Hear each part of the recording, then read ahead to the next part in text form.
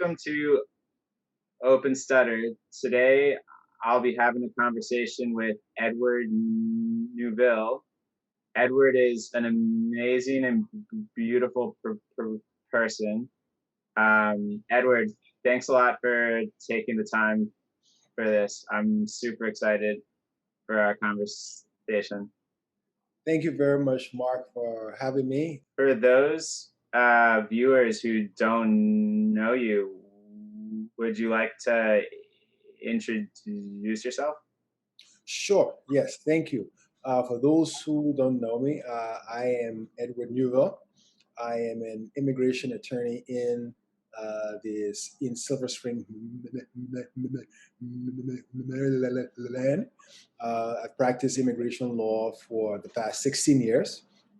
I'm originally from Liberia.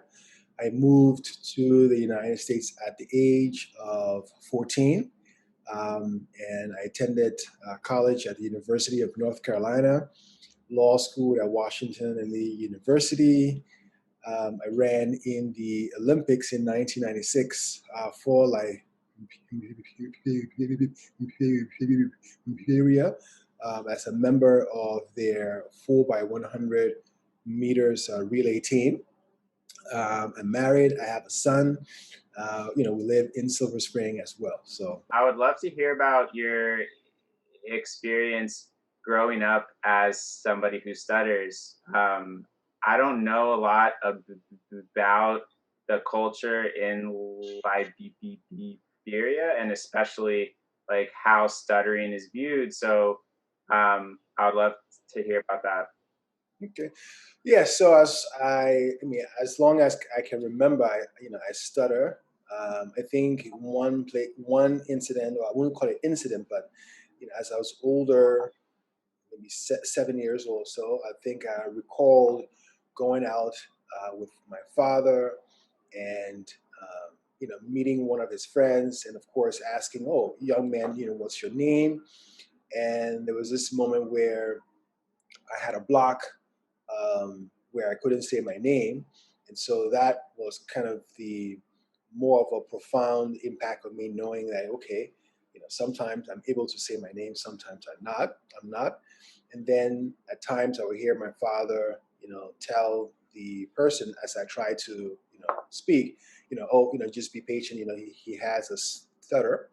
And so, that helped. But I think the culture in Liberia when it comes to stuttering, um, I would say maybe it's a little bit more, I wouldn't call it forgiven, but I think it's more acceptable. Now, when I say acceptable, it doesn't mean that it's wholly in understanding, And I say acceptable because, okay, it's accepted, he stutter, okay, but maybe there might be things that you might want to do that might be discouraged, or there might be open comments that says, well, let someone else do it because he's a better speaker. And I think it's not so much of, it's almost like speaking the plain truth, or saying, well, if this person is a better speaker, then let him speak. And, you kind of assign, each person their own talents.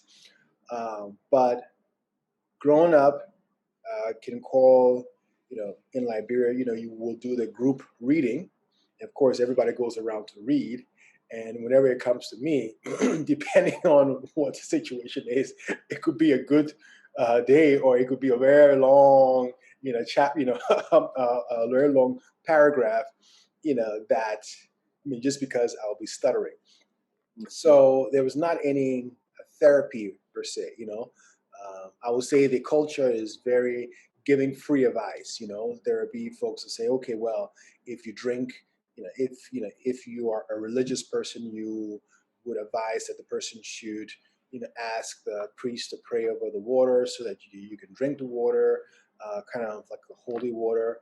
If you're more of a secular person, they would say, well, if you take deep breaths, or if you speak out louder, that might be, one benefit for you. So the culture is,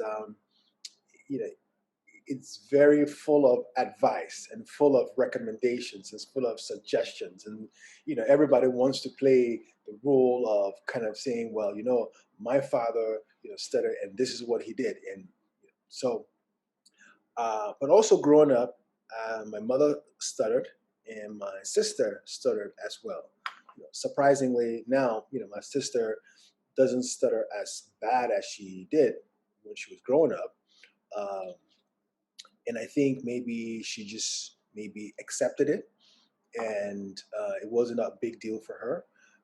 My mother was a severe stutterer, and I recall whenever she was on the phone talking, you did not want to stand next to her because whenever she had a block, she would like pat you on the back to kind of get the words out. And depending on how hard the block was or how fast you were to get it up, you would get the smack on the back. So, so whenever she got on, we all knew, not to go near her unless you're going to get smack.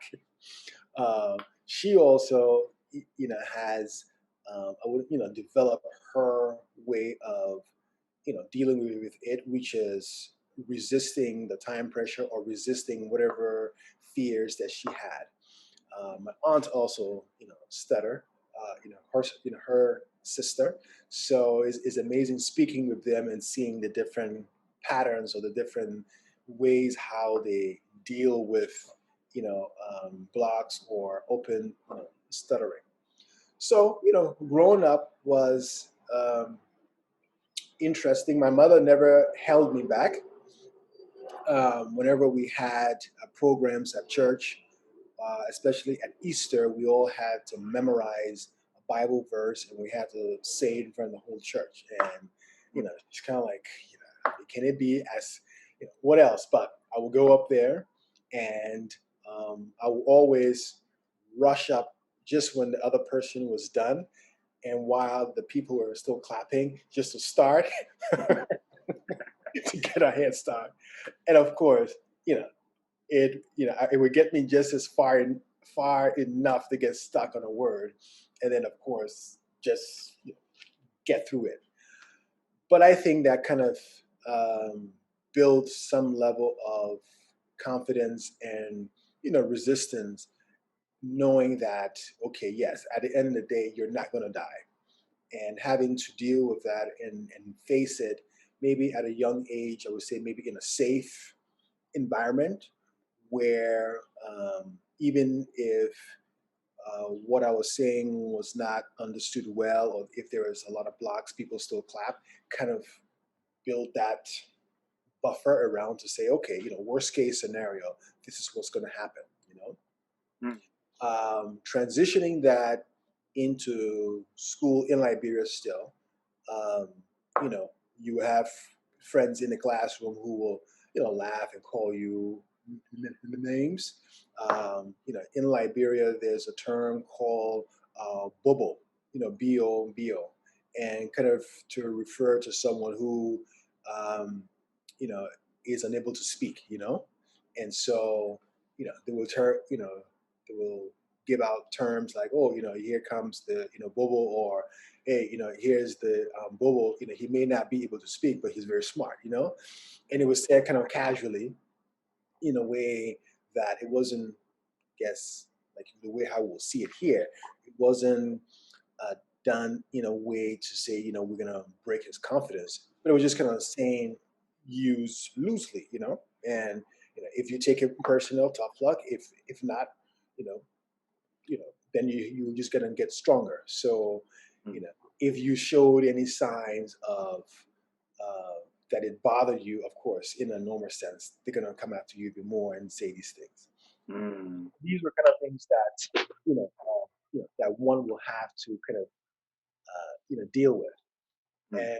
And I moved to the United States, as a result of the civil conflict in Liberia, Mm. and that also brought a whole new cultural perspective. One, because you were at an age of 14. Now, where I grew up in Liberia was not in the city, so it wasn't like I was leaving a city in West Africa to come to the United States where there might be similar, you know, city life.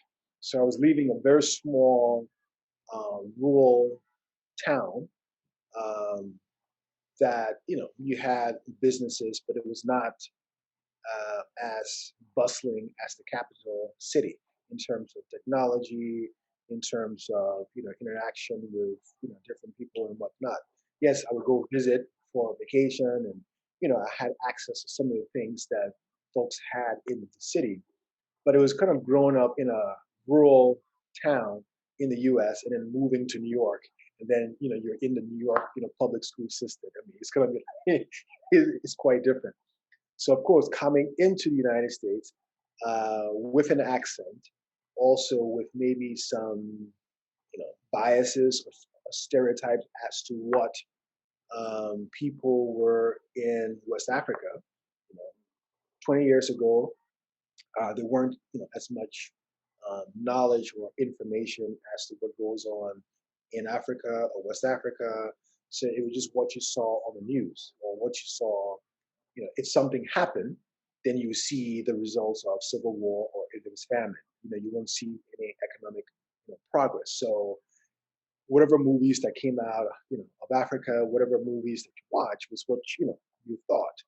So I think it was a little bit of an added pressure because I knew those were some of the stereotypes. Um, and you're sitting in class, and all of a sudden, you're kind of like the representative of what people might expect or what think.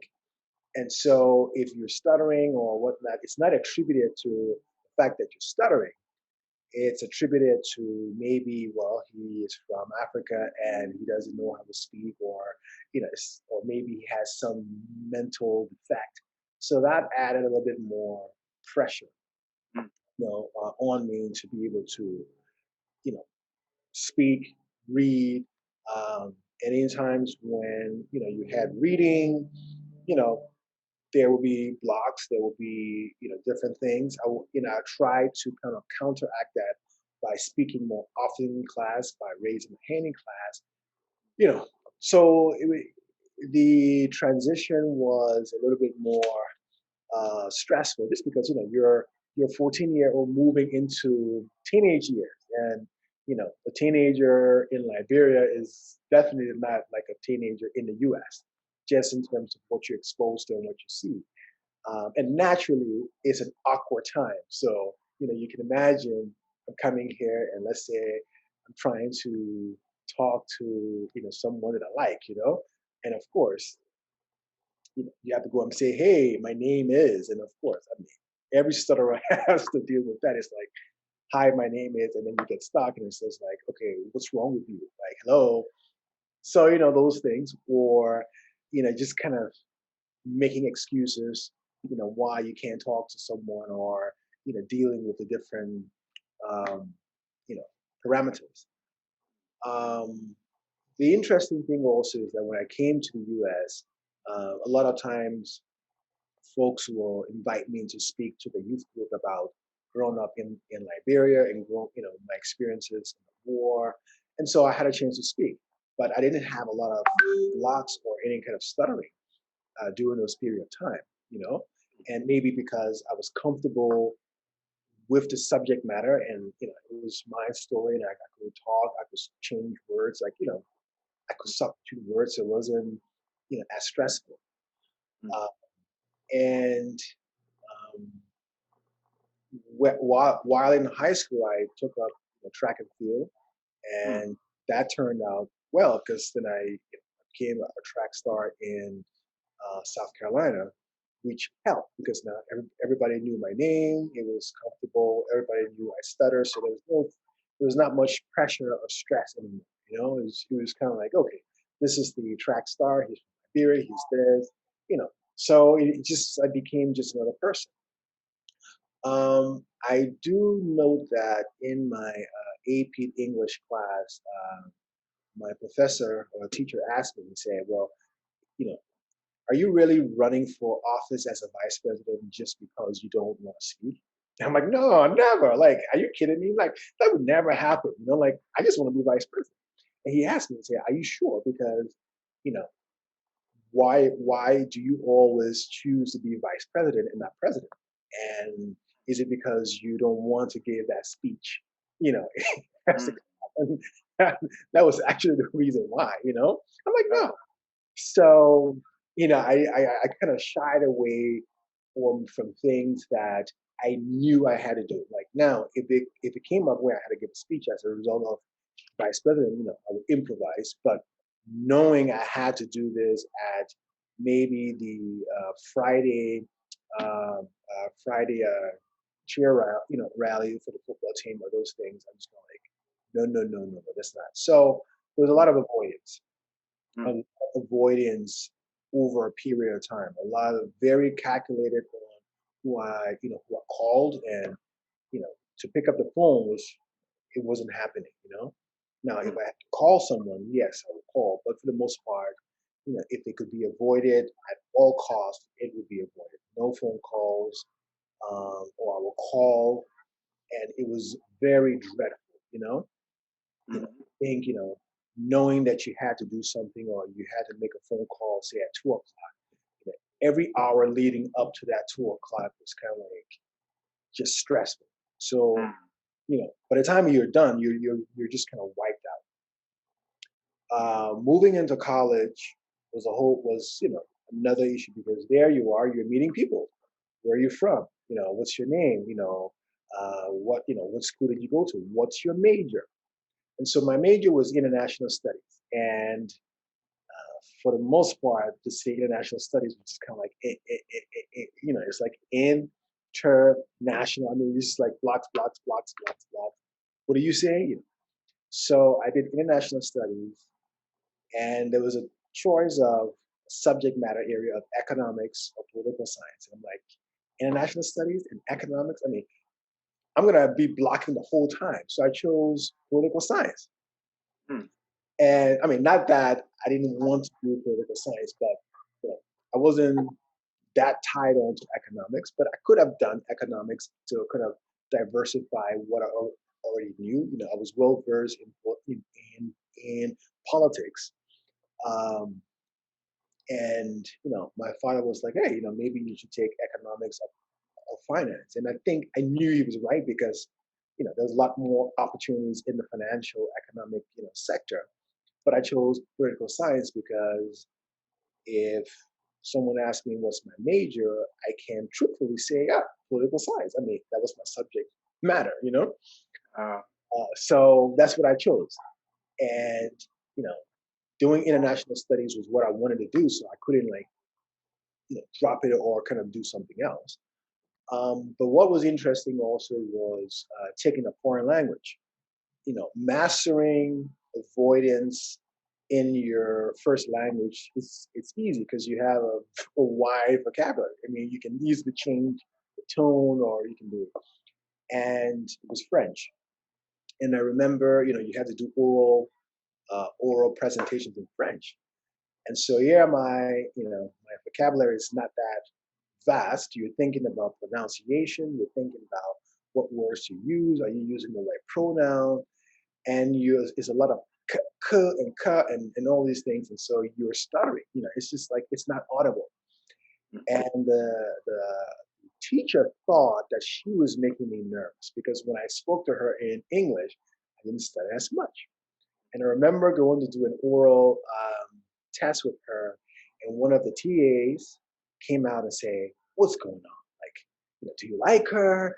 Does she make you nervous?" And I was like, "But I stutter." And she said, "Yes, I know you stutter, but now we're talking and it's fine. So why can't you do it in French?" And so it was just kind of like, you know what?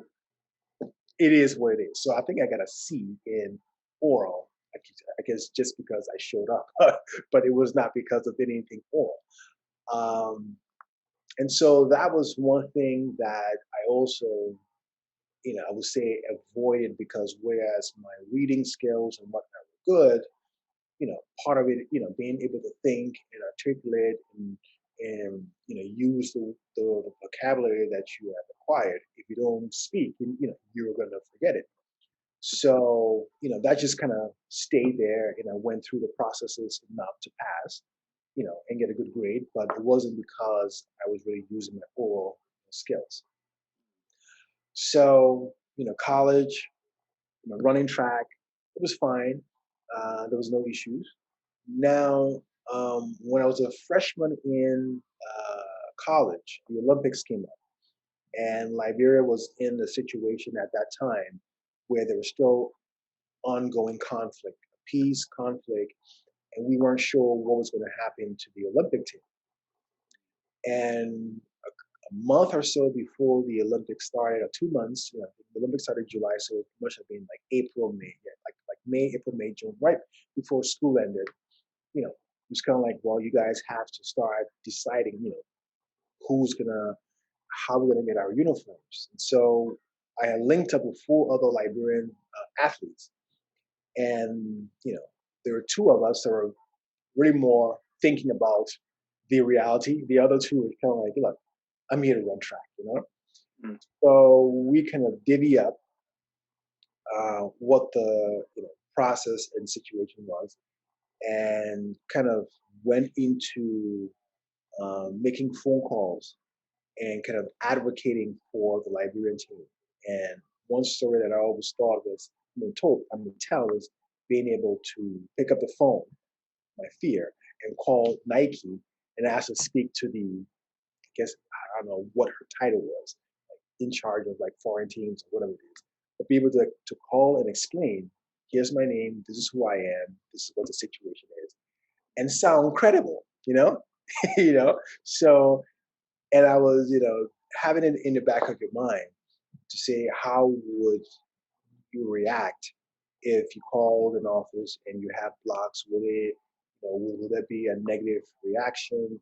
How do you avoid, the pressure and all those things?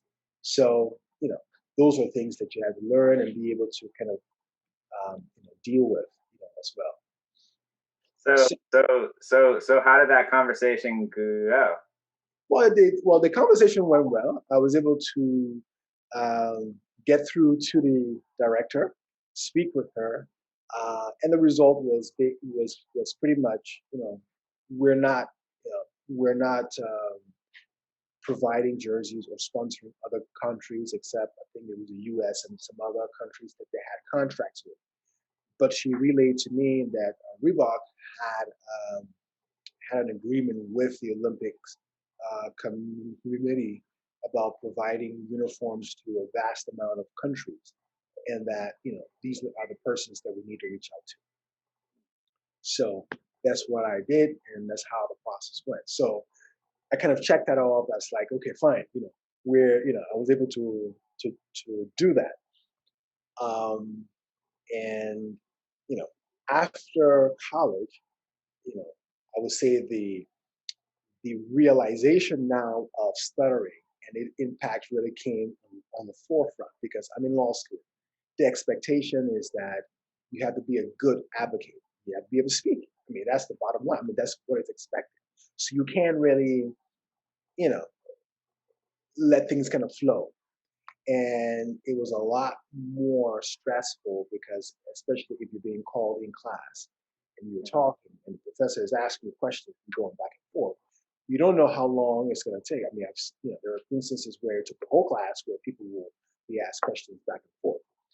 So, of course, I was overly prepared, making sure I had all the vocabulary I needed to kind of get myself out of any blocks that I wanted. But also, it was very, very, very stressful. And I remember, by sophomore year, I decided to see a speech therapist in Roanoke, Virginia, which was not too far from Lexington, Virginia. And, I was introduced to easy onset.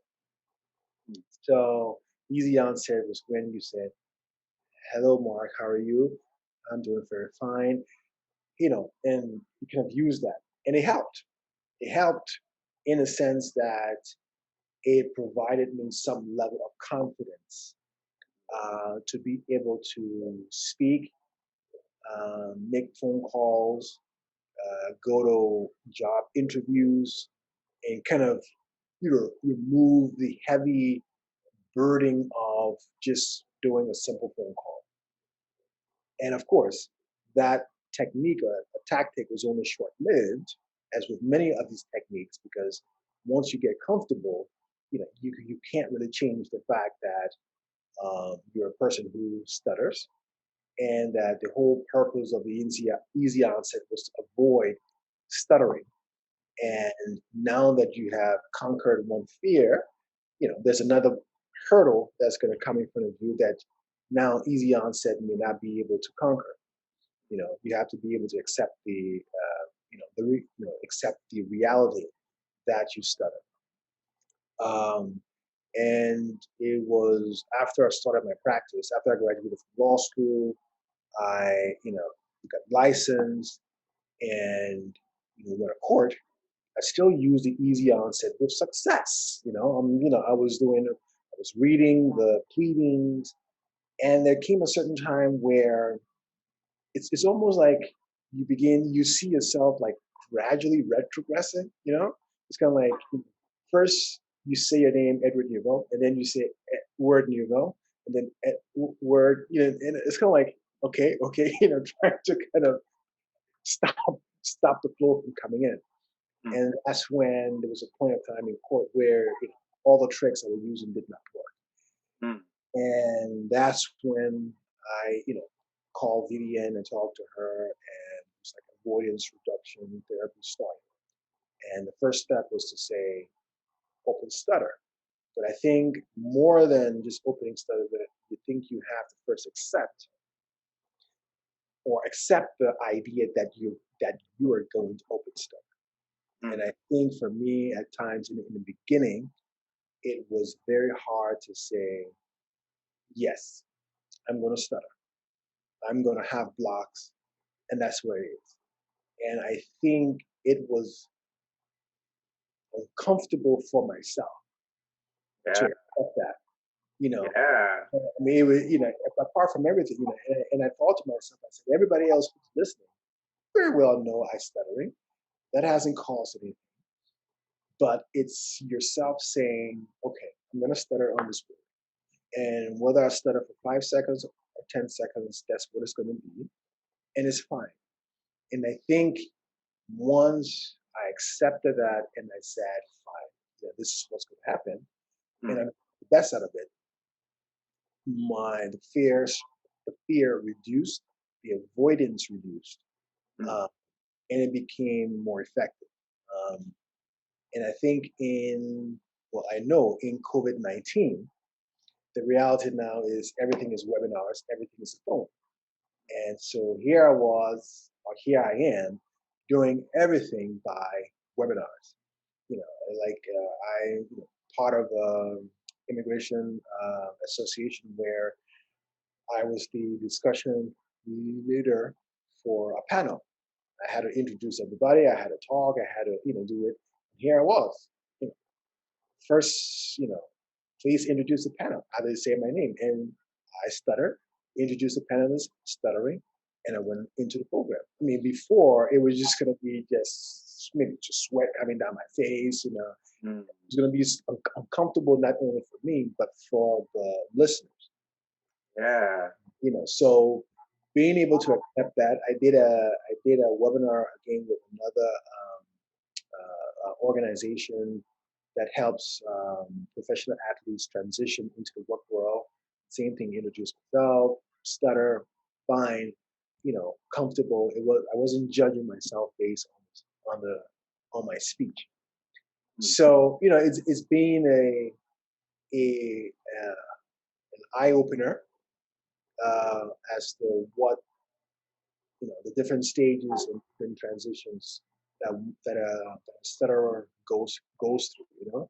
First Mm. is realization, first is the avoidance, the hiding, and then eventually, hopefully, is the acceptance, and then letting everything kind of flow. Yeah. I would love to hear a little more on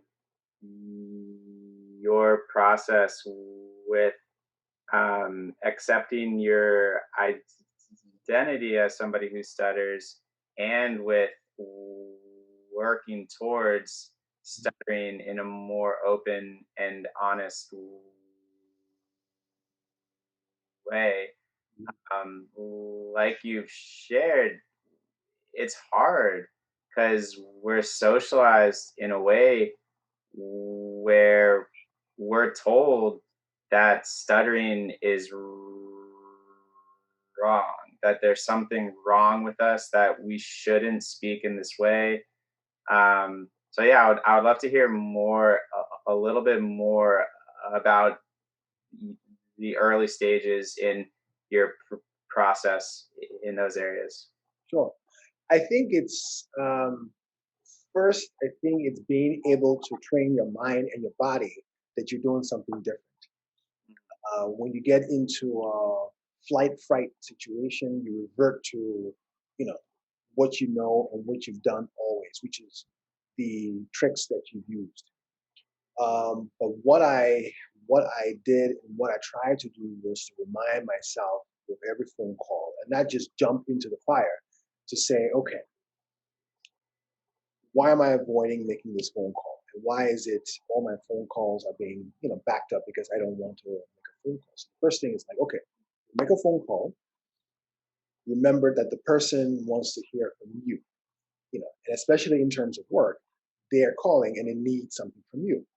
So you call and you speak with the clients. Clients have not fired you, a client have not left because you stutter. So it's being able to remind yourself that, okay, it's okay. And so those little pieces of making a phone call, maybe calling the court instead of telling your paralegal to call the court. Maybe you call the court. Maybe you call, these little places are going to build your confidence. Not so much to say, okay, yeah, check, but just to remind yourself that, you know what, I can do this. I can do this. And the more I did it, the more comfortable I became with a certain task because I knew the end result. Mm. I also started doing something as simple as ordering at McDonald's. I kind of stopped ordering at McDonald's and I let my wife just shout over me, "Can we get this?" So one thing is like, if you go to McDonald's and even if you're ordering a safety meal, you can you can use the number, or you can say, "I'm going to actually say a Coke." So little tasks that I started to do, but also allowed myself that if you were in a situation where you quite didn't feel the urge to allow yourself to just kind of say, okay, I'll skip this exercise and come back to it. Mm. It's kind of like allowing yourself to back away and say, you know what, let me just pause instead of going forward and then penalizing yourself. Mhm. So being able to do that a little bit more often, being able to go up to a sales associate and say, I'm looking for this. Where can I find this? And then just open Stutter. Or saying to yourself, you know what, I'm going to ask that sales associate one question. And the question would be, what do you recommend for this? What do you recommend for that? And moving on. And the idea sometimes for me is being able to say, I'm going to keep a straight face, I'm going to maintain eye contact, and I'm going to ask. Sometimes it would be, you know what, even if I close my eyes or I lose eye contact, my job is to ask what I need for. And if I don't get what answer is to follow up. And so there are different phases and different tasks that one will go through. Yeah. Others may say, well, I'm not ready for that yet. You say, okay, fine. Well, choose a friend and call the friend. The friend knows you, the friend has accepted you, but talk and open Stutter. Talk, ask questions, and go through. It's a safe place because you are not, the friend won't make fun of you, but you're allowing yourself to feel what you don't want to feel, which is vulnerable. And even if the friend interrupts or say a word, is not to get upset like, oh my God, like why did he do it? But to come back and say, you know what, fine, interrupt, but I'm going to say that word. I'm going to keep saying that word. And sooner or later, they will realize, okay, well, even if I complete the word or I complete the sentence, he's not going to stop. So just let him finish. Mm. You Yeah. know? So it's finding errors, and then once you're able to feel comfortable, and then you move to the next level. Um, Yeah. So like even in court now, like since it's all teleconference and then you're dialing in, I tell the judge's paralegal, let the judge know that I stutter and this is what. And the other day, a judge says, "No, I know you have a stutter, and I'm not saying this because of something wrong. I'm just saying, are there any accommodations I can make for you, or would you like me to make any now I forgot the word, any accommodations? So, do you want to come into the courtroom? Will that be easier, or is it harder by phone?" I said, "No, it's not hard." The only thing I just reminded is that whenever I'm asking direct questions to the client, at times I may pause or slow down to allow the transcription or the recording to catch the words that I'm saying, and also to allow the client and you to understand what I'm saying. It's like, okay, Mm. fine. Of course, before I would have said, "Oh my God, like, you know, you know, that could have never been a conversation." But now it's almost like, okay, well, what accommodations can be made? And if you're fine doing it, I'm fine with it. And it's also educating the judges about it. Now, of course, the King's Speech movie came out, and also we have Joe Biden that has helped the understanding of stuttering. Mm. And so I think a lot of people now are beginning to see stuttering in a whole different light and beginning to understand that, okay, you know, if a person stutters, they're just as effective. They may substitute a word that doesn't really flow with the sentence, but it's not a no go or a negative. Something you said earlier that I certainly resonated with, that stuttering isn't a defect, it's a difference. Um, so yeah, I'm also hopeful that, and I think it is true that we're starting to see a cultural shift more towards um, um, viewing stuttering as a difference and not a disorder or a defect. Right. And I think, I mean, I've used it to my one client also told me, he said, "Well, I'm definitely hiring you because you are a stutterer. And if you're in this profession, that means you're a fighter." So I like that spirit. You know. Yes.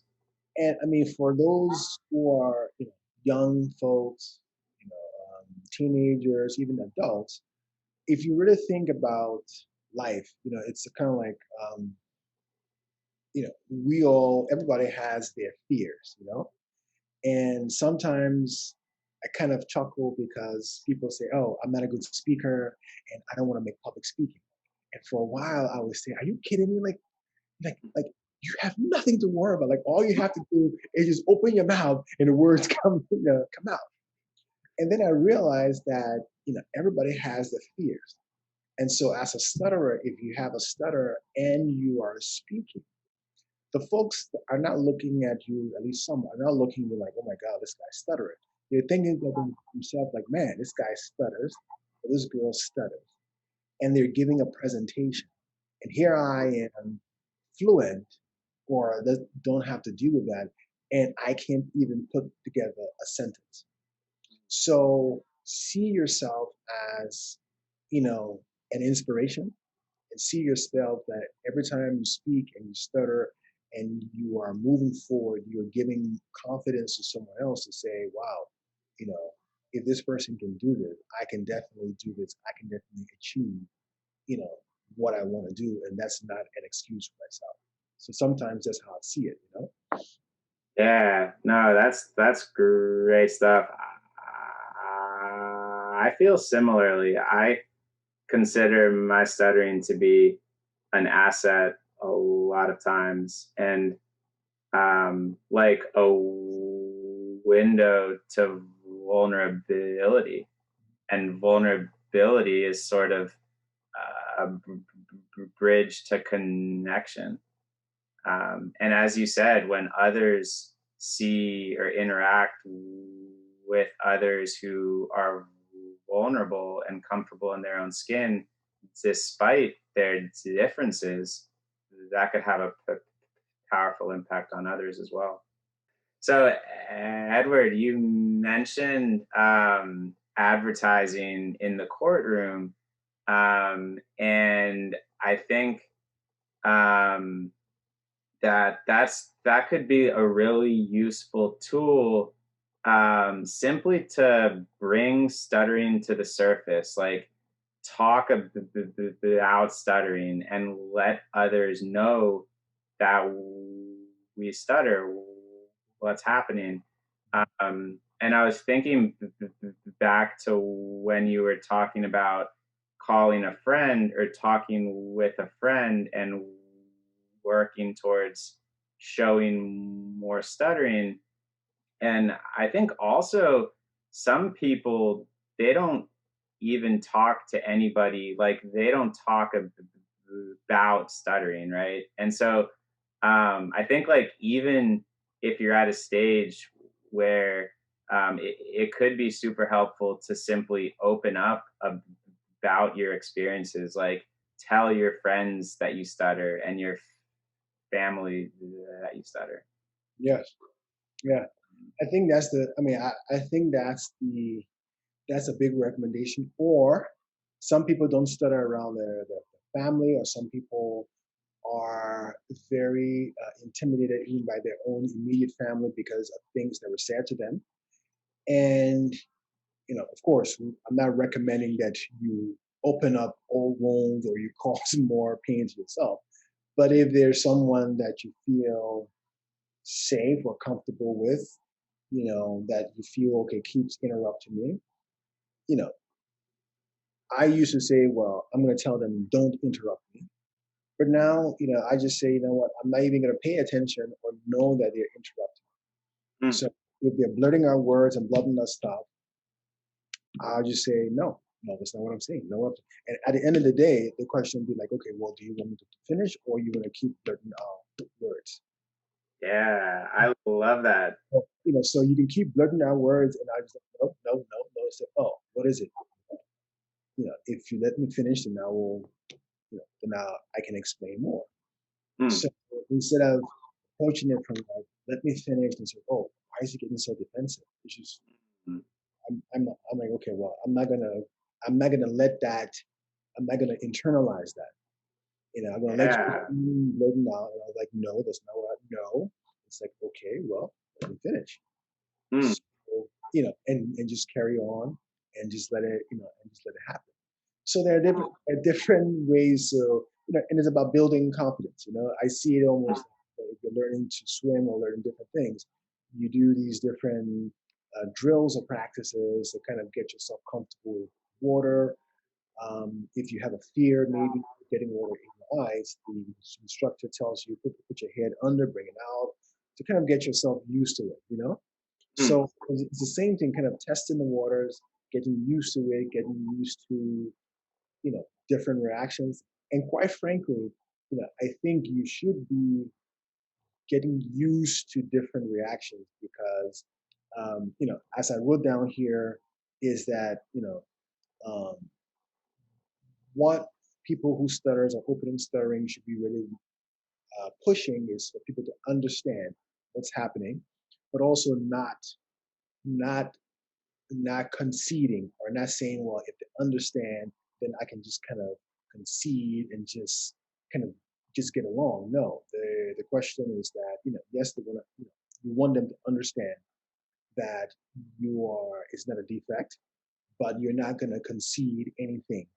You're not going to just back away because they're not doing you a favor. It's the same way how I understand and I recognize that, you may have a limp or that you may speak with an accent, or you may wear glasses. I don't then say, well, because I understand, so therefore that's a plus for me, and look how good I am. That's not what the case is. It's just recognizing that this person has something to say and is a human, and regardless of whether or not they stutter, their voice are still valuable. So I Mm, think even having one or two doses of negative experiences helps because it reminds you that not everybody, even if they understand, is not gonna be a positive reaction. They may use it to their own advantage. They will use it to get ahead, just like anybody else. And mm, so they may not be doing this to say you're different, but they may be doing this to intimidate you. mm, So remember also that as you the more successful you get in life, or the more you deal with things that are at stake, you will have folks who will say, "Yeah, I'm sorry I did it, but if I can intimidate Ed or intimidate Mark, and I can get what I want, then that's great. Maybe afterwards I would say, hey, great job, But so remember that. So mm. sometimes negative experiences are good because it reminds you that okay, in as much as I'm trying, there are folks out there that might be trying to to push back. So I have to remember, you know, that I need to keep going. And Yeah. it's also that will give you a positive reaction, but that positive reaction is kind of under the cloak of well, let me make him feel comfortable and let me make him feel that it's a safe area. No, you're not Mm, doing a favor. And also, the negative reaction may not be malicious. You know, you may have someone who will, you may say, Mark, and say, what's going on, Mark? Why is it taking you so long? It just could be that that person has never had the opportunity to deal with someone who's stuttering, or may mm, not even know what's happening, or the person may say, Mark doesn't stutter. Like, that's not how I think people who stutters, because people who stutter say a lot of ums. But why is Mark stuck on W? Or why is he trying to form, say what, or say, you know. So their view of what they see in stuttering may be completely different. I mm. say that also be say is not to be so sensitive, and that comes to a certain. You have to get to a certain level of being comfortable with stuttering to Mhm, then start looking at the other people and say, "Oh, poor you," But mhm. before, I would be so sensitive. If someone smiles, it's just like I want to just grab the neck and like, curse them out. And now I'm just more like, well, that person, one, may not know about stuttering. Two, that person um, may be shy, or that person themselves might be a stutterer. And coming to you, they're smiling because they're like, "Oh, I know how it goes through." So you have no idea. And I think keeping that in mind also, reminds you that everything is not about you. So if someone smiles, it could be like, I don't even care like whether or not you stutter. I'm just a nasty person. Yeah. And I'm just treating you like I would treat anybody else, whether or not you stutter. So, don't get too beside yourself. But these are the things that I've learned kind of over the years, and have come, more comfortable with my stuttering and much more comfortable with everything, and advertising, even talking to prospective clients, open stuttering and just kind of moving forward, you know, with it. So, you know, there are different stages. Not everybody, like a teenager now, will have different pressures from the group to fit in, different things that they're dealing with that may be connected to stuttering or not. So it's being able to find a good support group and a good um, place where you can be reassured, you know, that everything is okay. No, thank you for sharing that. That's like a lot of wisdom. So much appreciated. Thank you, thank you.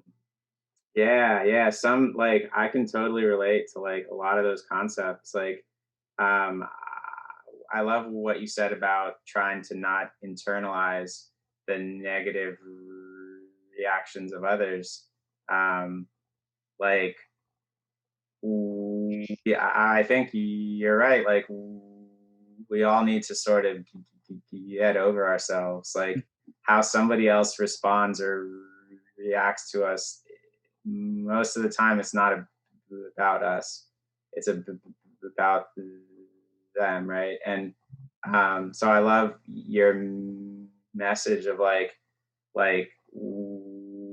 we can only control our own behaviors, right? So let's prioritize that, and how others respond. That's their business. Correct. Um, Sometimes people respond in so many ways, and we really have no control over that. Like, I remember, I can't even count how many times after I've introduced myself where somebody has said, "Did you forget your name?" Right? And when I was younger, like that would like I would be hung up on that for such a long time, right? And it would impact me like the rest of the day. I would just internalize that negative reaction. Um, and I've grown to sort of change how I respond to those things. Like now I'll just simply, if I have the energy and if I want to sort of educate this other individual, I'll say, "Oh no, I stutter," and maybe have a conversation. Or if I feel like I don't have the energy that day, or I don't want to really deal with it, maybe I'll just ignore it altogether. Yeah, or if you want to be a smart Alec, you can say, yes, I forget my name all the time. And actually, I just make up names. And, you know, and actually, when I was growing up, whenever I will ask my name, if I felt like I would have a hard time saying my name, I just create a name. So this may not be even my own name. And just kind of like, look at the face and like, okay, but I guess Yeah, right. It's like if you're gonna ask these kinds of questions, what kind of responses are you expecting? yeah, Like, and you just kind of play along with it, and they kind of look at you, and then I mean, if you're a good, jokester, you can say, well, actually, I stutter, and I do have blocks, but really, when I was younger, here's what happened, and it turns into a whole nother conversation, like, oh, and it's more like, wow, and you know, it allows people to kind of think and say, man, like, imagine, if I were in a situation where I had a block and I'll say my name,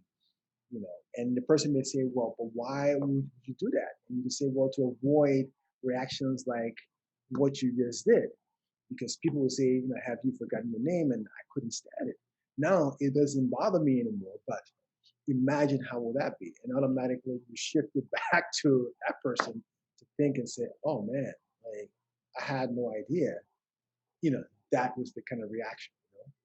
yeah, It's like, well, I think that I found makes much more of an impact than saying you're being rude and everything like, okay, sorry. So, hmm, but it comes with a certain level of being comfortable. absolutely. Someone who hears it, if it hits you like a brick of like a ton of bricks, and you're sitting there like, it's hard to make that joke because it's something that's so sore. So, you will get to a point of time in your life where you will begin to see the fun side of it, and hopefully make light of it to educate others. And I think when you make light of it, folks feel like, oh, it's not a big deal. It's like someone saying, yeah, when I was younger, I would wear certain things, or I thought I was Superman, and someone said, well, you just kind of like let it go. But it's not a stigma, and it becomes they remember you for your, I would say, pleasantries, but also for the way how you handle it. And that's how, if they say, oh, someone stuttered, you say, oh, I met a guy who stuttered, lovely guy, and the way how he educated us was excellent. It's like they're not saying that you're being nice. It's just more that you were able to provide a much more relatable education, or much more relatable experience.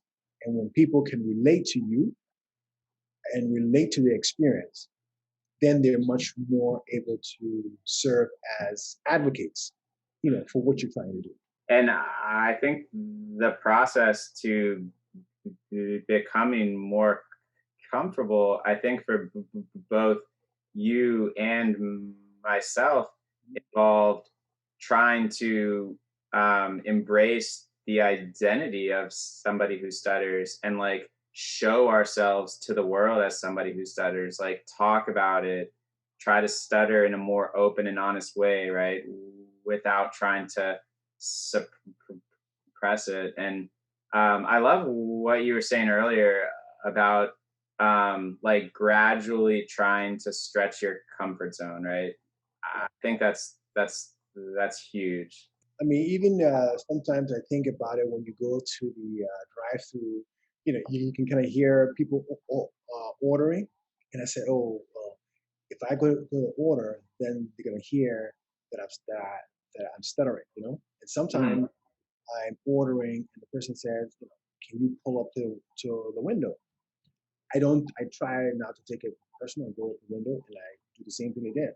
There's no, and it could be just like it could be that they're unable to hear you from different reasons. It could be the trees, it could be the blocks.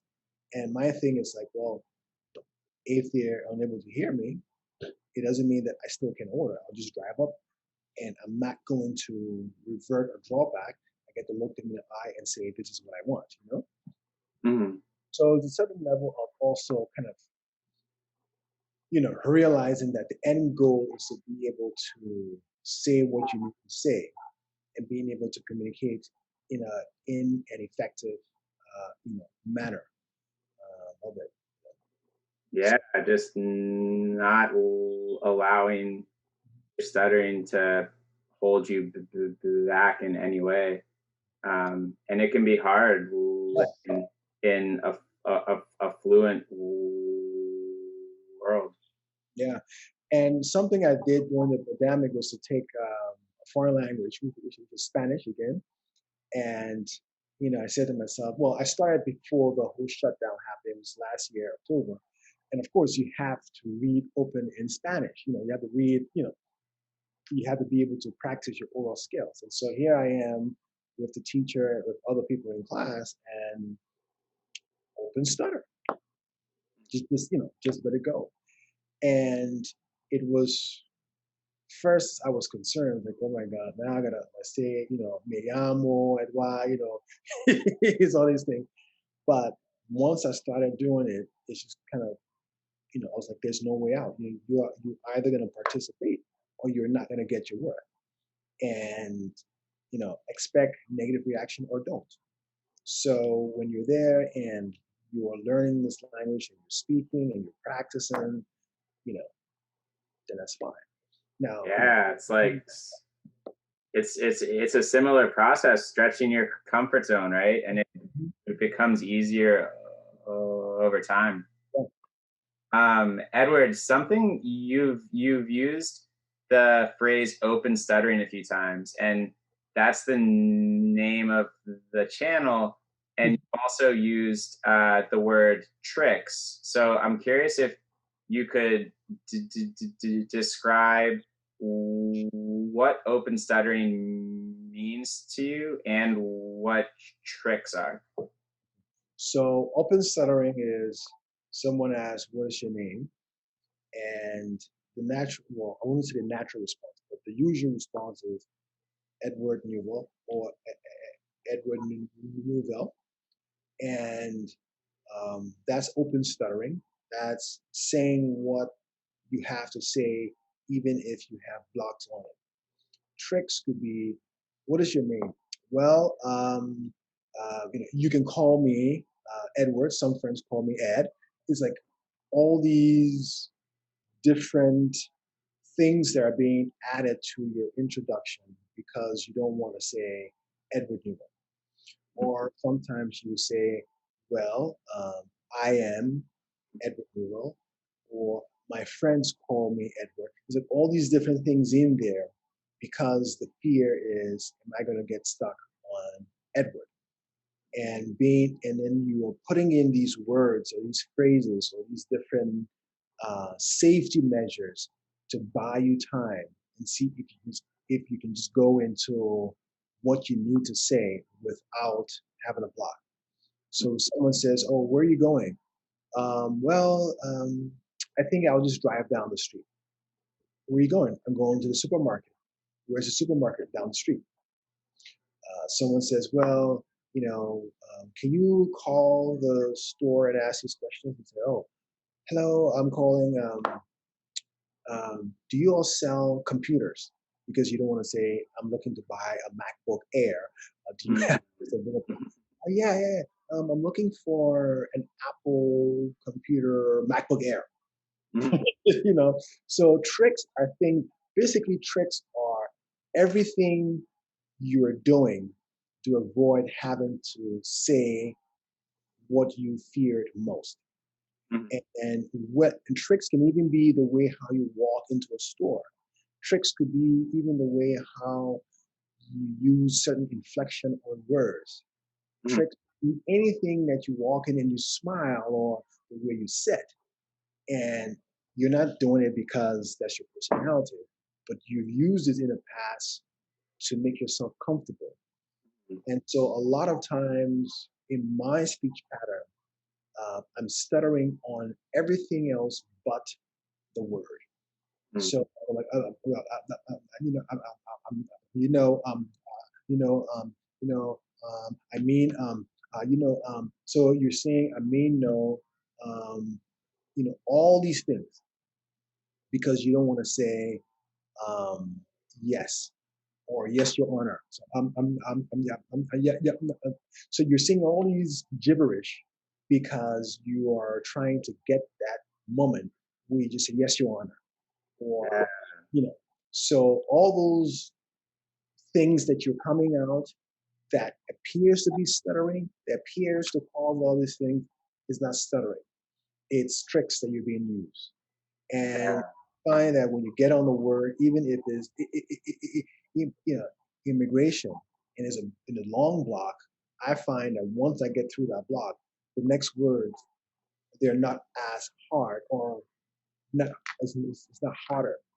But if I use all these gibberish, I get on the word, I'm blocking the word after I'm blocking in the middle, I'm blocking, even I'm blocking on um, single syllable, words is because I'm so tense trying to avoid that I'm losing context of what I'm saying.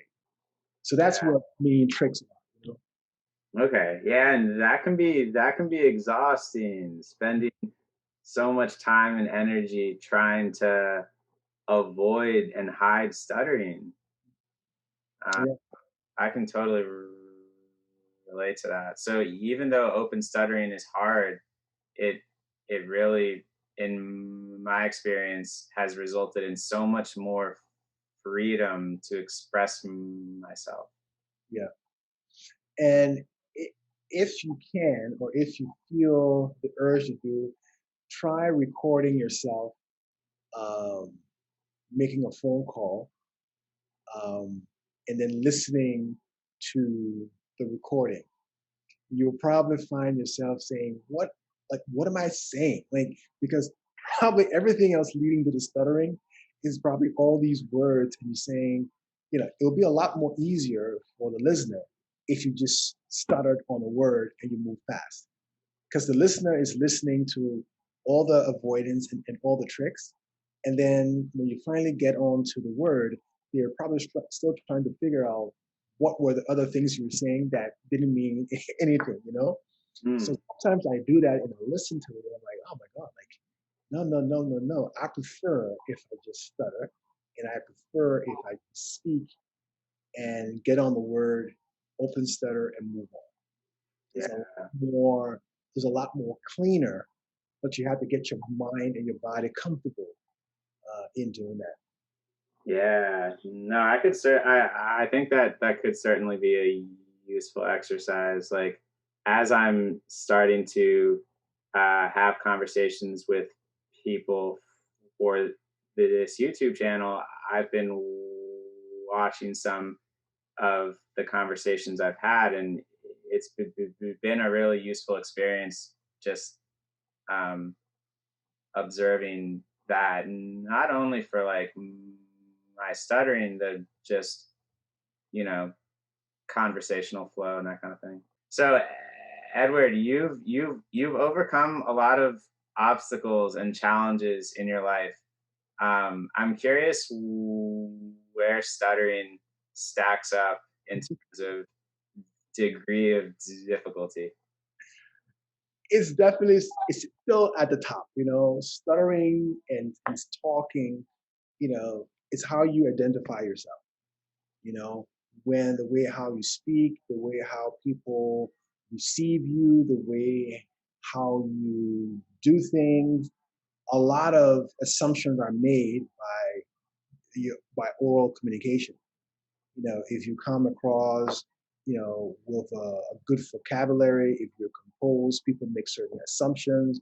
If you're not able to communicate or ask questions in a way, assumptions are made. So it's still at a very high, level. But, being able to convince myself and tell myself that, at the end of the day, is the content. You don't want to, some people have the gift of being able to speak. That's a gift.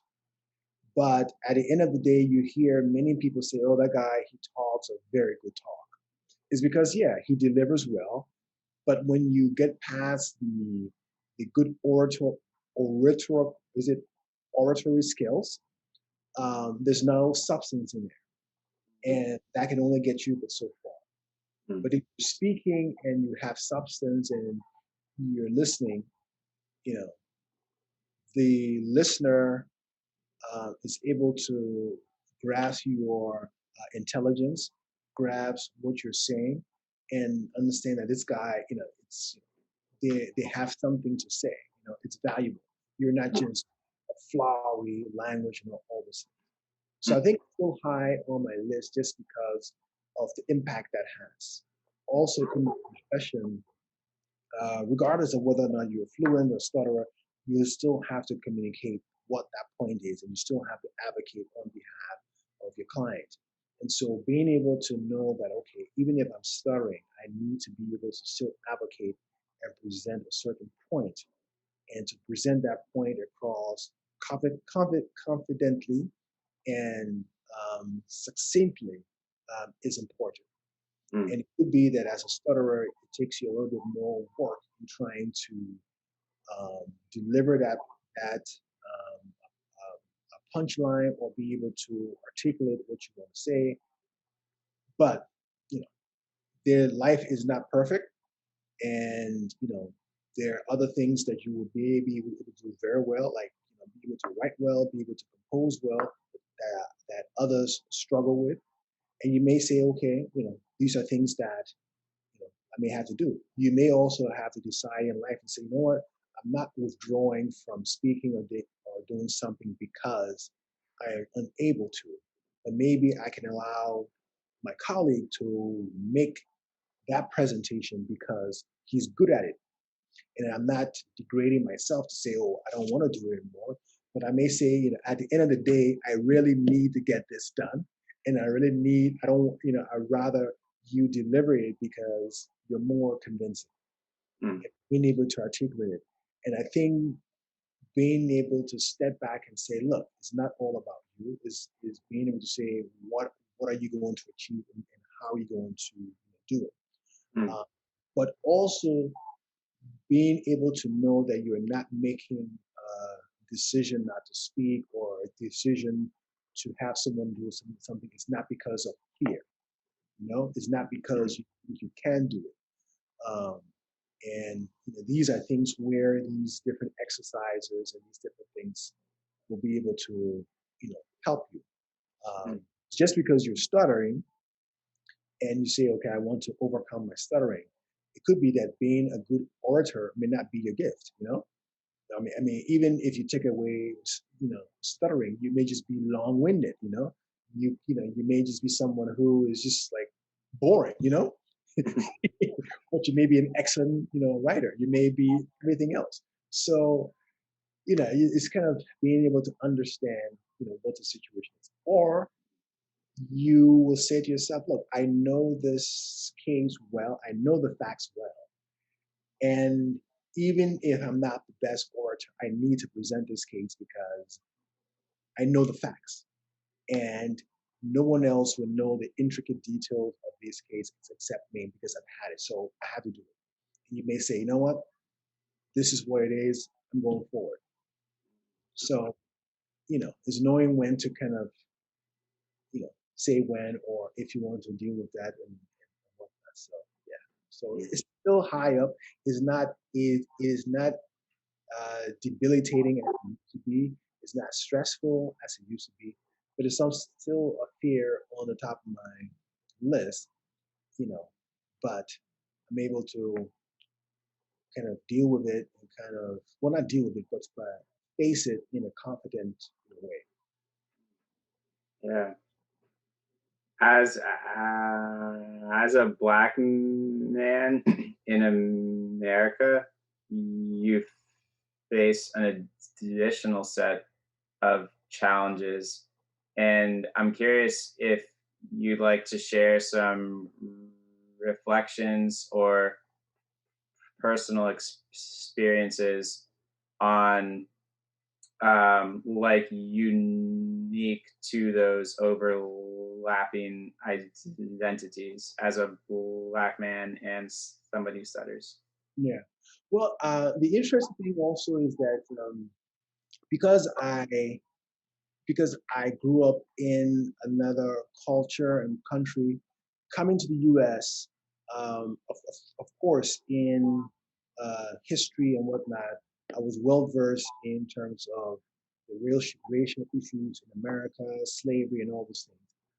But I never really, I wouldn't say I really never faced racism. I just never um, acknowledged or saw it. You know, growing up. Growing up in Liberia, you had black doctors, you had lawyers, you had poor people who were black, rich people who were black. You have a whole variety. So the racial underlying bias that one would see growing up with the great disparities. I didn't grow up seeing it. So coming in America, it was more like, okay, whatever it is, like, that's crazy. People will ask me questions that now I think if, if I were to hear, I may interpret it a little bit, differently. But to me, we're just kind of like, well, that is completely, an ignorant thing to say. That's not correct. So it's been a very interesting, dynamics.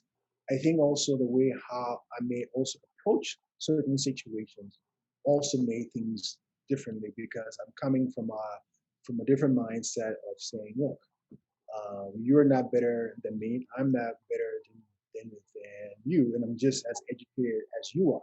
So you're not doing me a favor by doing this and whatnot.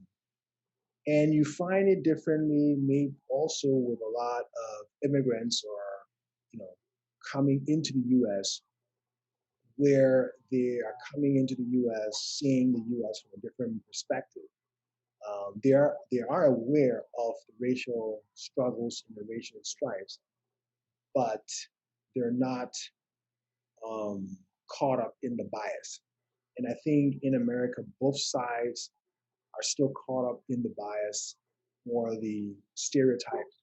And so, on one hand, I think if Americans find that you are an immigrant, then that stereotype or bias kind of drops. Oh, there's someone different. Like I can talk to them freely. I can ask questions, and there's not preconceived bias. If people find that, oh, is this person American? Is he born in America? Then maybe the discussions are a little bit more guarded in terms of, okay, should I say this? Should I ask this? What is he thinking about me? And different things like that. So it's been a very quite interesting um, experience, needless to say, because I can easily change my accent to pretend like I'm just strictly from here, and and I kind of look at the reactions I get. Whereas if someone finds, oh well, you might have a slight accent. Where are you from? And a difference of interaction. Of course, as a stutterer also, maybe you have an added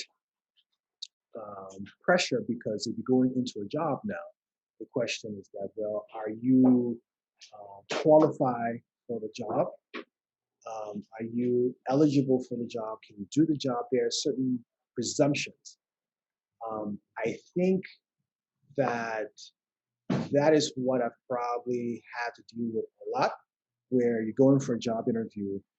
Early on, you're stuttering, and then it's kind of like, okay, well, can this person do the job? Can they actually produce, or do I even feel comfortable in him making a phone call? How will my clients react? I'm sure there's some other maybe racial components down the line as to, well, do we hire this person? Will he relate to our office culture? How will our clients react? And then he has a stutter.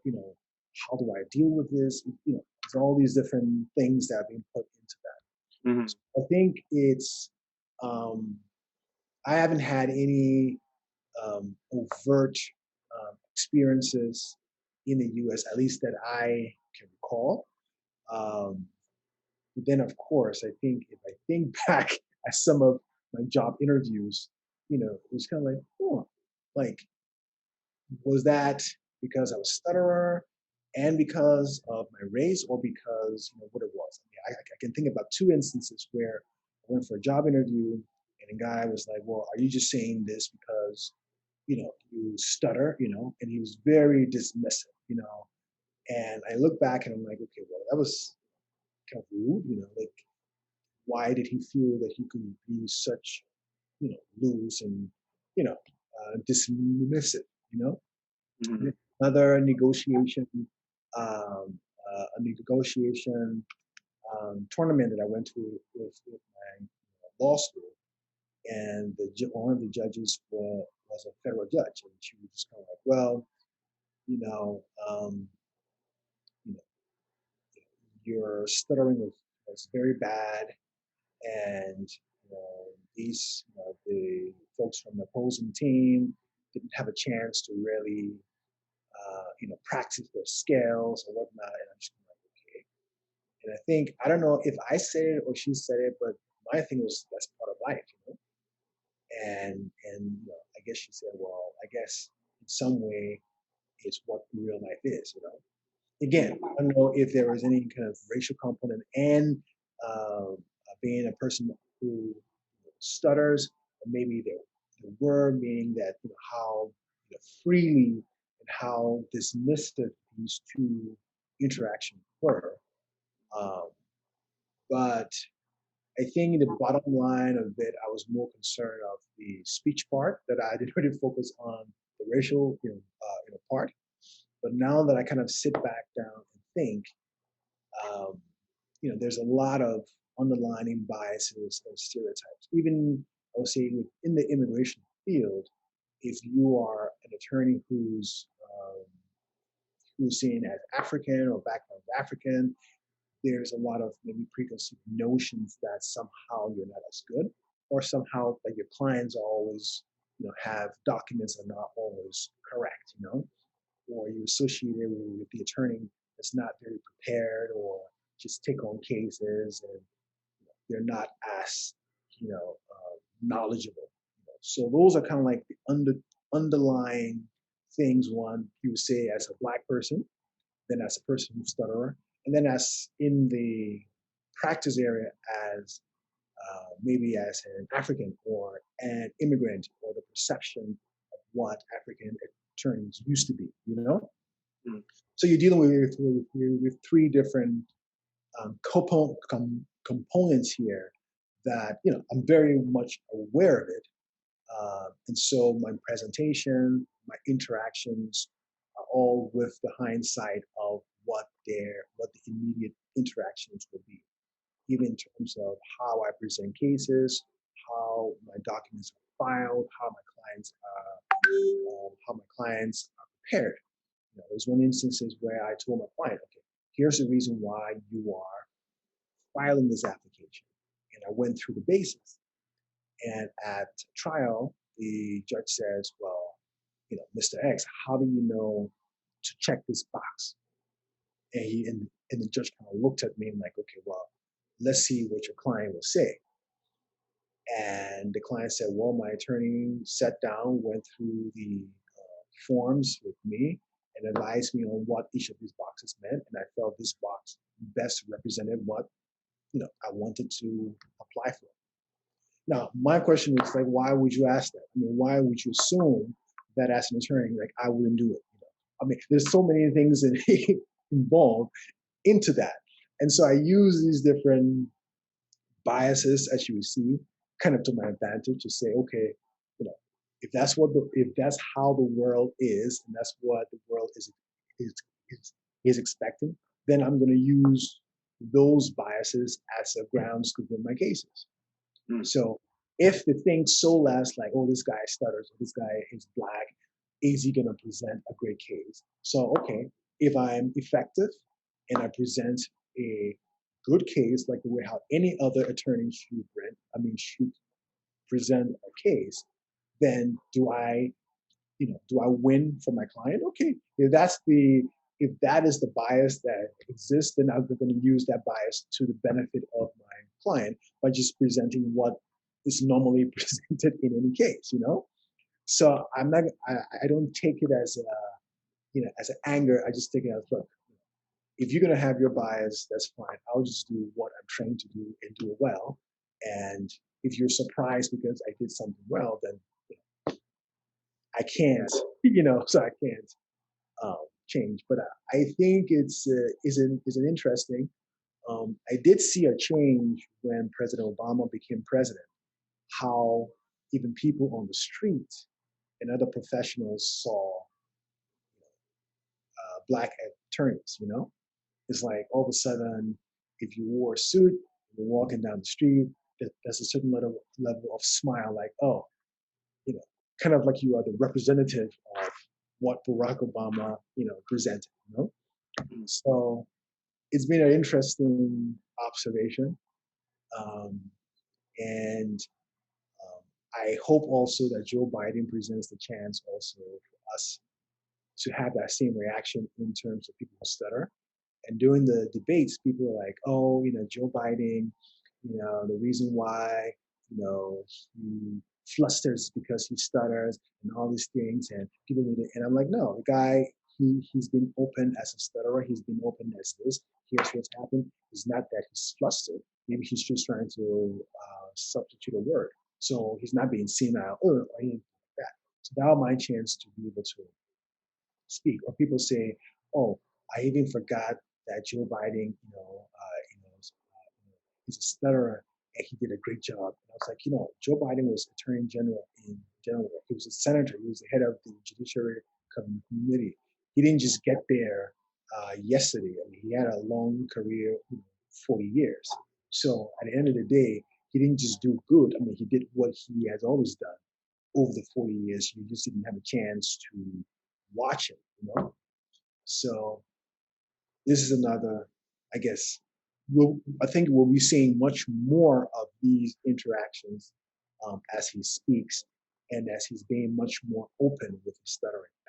I'm hopeful. We've talked about society moving towards more acceptance of stuttering as a difference, and I'm hopeful society's also moving towards like less racism. And